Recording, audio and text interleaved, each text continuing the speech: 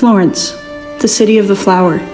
Endless opportunities wrapped up in the petals of its endlessly winding streets. Bumping shoulders with the lives of thousands through the sometimes claustrophobic cobblestones. Dancing the night away among colored lights in a club on every corner. Running away from the darkness in the warm, candlelit restaurants surrounding you. I came to Florence with pain in my heart. I was grieving, the kind of hurt that makes you question the worth of your reflection.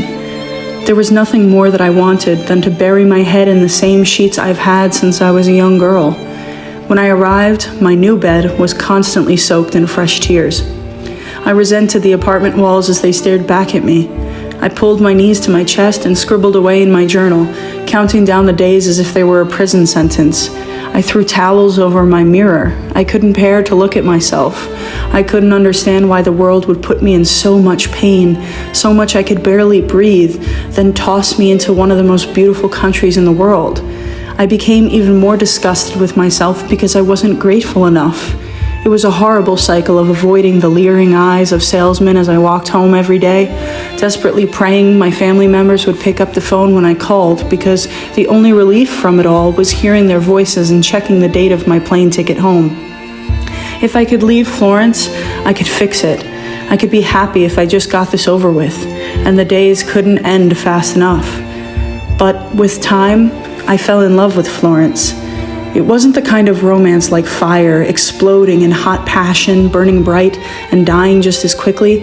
It was a slow, sweet seduction that I'm now not entirely sure I will ever recover from.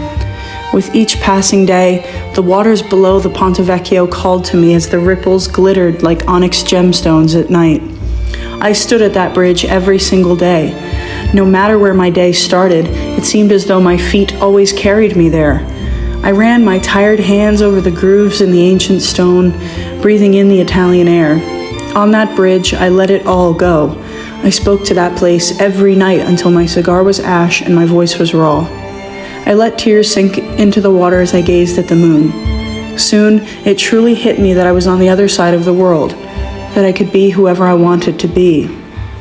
Florence consoled me and kissed my eyes as I slowly sipped cappuccinos in La Cité. He held my hand as I stumbled through ivy-colored parks. He opened heavy wooden doors for me, where I met people I will never forget. Florence hugged me in blankets of stars from my bedroom window when nothing made sense. He whispered that I could do anything when the nerves sank deep into my gut before approaching a stranger. He laughed endlessly louder when I did. He drifted far away from me when he realized I was finally happy. When I stopped needing the Maps app to navigate his beautiful rain-soaked streets, his layered voice of birds, people, shop bells, and clanking cookware reminded me he was never far if I needed him. Florence was the most gentle lover I had ever experienced. He was not hurt when I hopped on a plane to experience another beautiful love nearby, Scotland, London, Switzerland, and many more. He simply held me to him and told me home would always be waiting for me when I returned. He was patient with me. When I yelled into his blue skies, he never yelled back. I ran my hand over the bleeding warm colors of Florence sunsets, feeling like maybe home wasn't a place at all. Perhaps it was within me. It could be created wherever I traveled. Eventually, I wanted time to stop. If the clocks were just like the marble statues I studied in the Uffizi Gallery, I could stay here. How could I return to a life without sugary strawberry mocktails and the scent of cigarettes constantly lingering in the air? How could I abandon the dusty corners of my apartment, the room that I shared with a roommate whom I shared so many laughs with I could no longer remember the sound of my laugh without hers? How could I go home to a country where I couldn't explore endless streets, stumbling upon a new restaurant, place to dance, rooftop bar, or theater every day? When I looked in the mirror now, I saw a completely different woman. My hair was so long, and my spirit and resilience grew with it. With every paper I wrote or assignment I turned in, I could feel myself growing stronger. I depended on myself in ways I never had before. I danced in the middle of the street. I shared stolen kisses on red-lighted dance floors.